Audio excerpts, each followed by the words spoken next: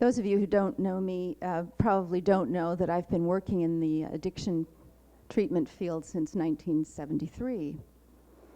And when I began, I was treating alcoholism. I was among the first psychotherapists attempting to treat alcoholism. Before there was rehab, a whole industry developed to treat addiction. We thought initially that we were going to be very successful. We were wildly excited. We were using all of the techniques that we were learning, new clinical psychology techniques, very exciting work.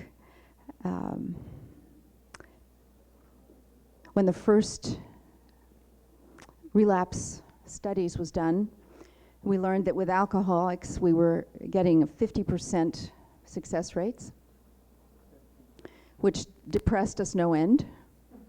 We were convinced that we were going to eradicate the problem. But that began to look very, very good about 6 months into the crack epidemic, when we had 100% relapse within 24 hours after the addicts leaving the most intensive inpatient programs in the country. And somewhere between 50 and 100% relapse is what's going on now.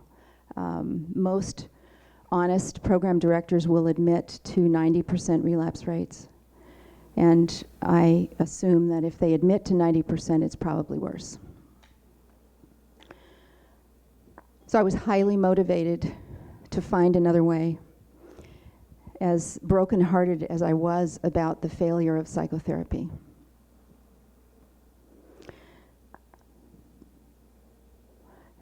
Fortunately for me, there were a few pioneers.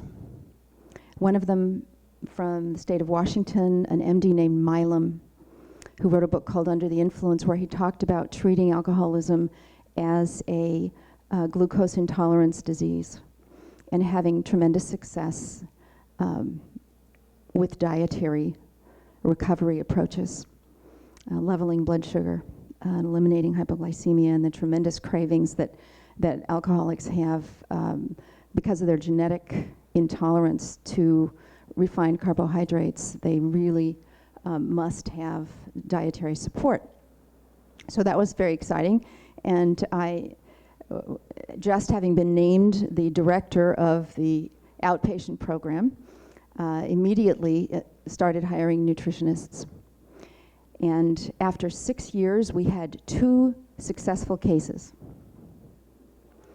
2 successful cases in that these women were able to follow our dietary advice.